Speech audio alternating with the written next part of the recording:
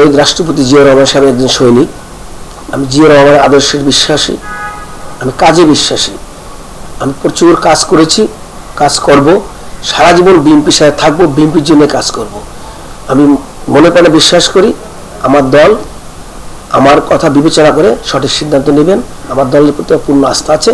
বিগত 17টি বছর আমি রাজপথে আন্দোলন সংগ্রাম করে, যুদ্ধ করে ফ্যাসিস্ট সরকার শেখ হাসিনাকে আমরা সকলে মিলে বিতাড়িত করেছি।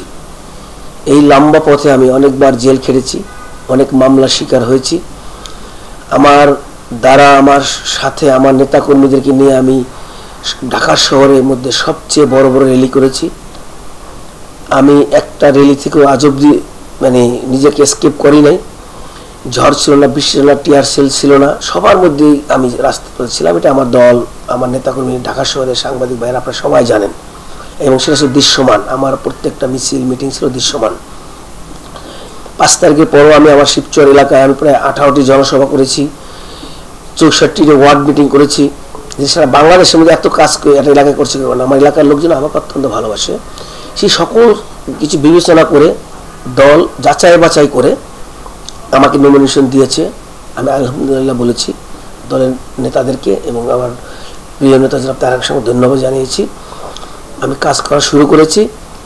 ইতিমধ্যে আমার এলাকার কিছু কুচক্রমহল আওয়ামী লীগের দোসর লিটন চৌধুরীর সাথে মিলে আমার বিরুদ্ধে নানাভাবে অপপ্রচার করে আমাকে সামাজিকভাবে ছোট করা এবং আমার নমিনেশনকে স্থগিত করার চেষ্টা করেছে।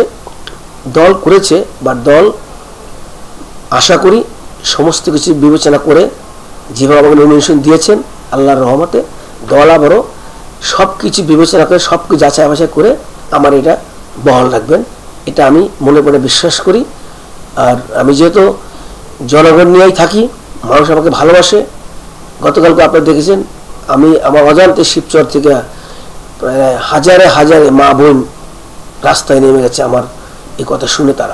আমি তাদেরকে আশ্বস্ত করেছি যে দল আমাকে নমিনেশন স্থগিত করেছে, বা দল আমাকে অবশ্যই নমিনেশন বহাল রাখবেন। আপনারা সবাই আল্লাহর কাছে দোয়া করেন, আল্লাহর কাছে প্রার্থনা করেন।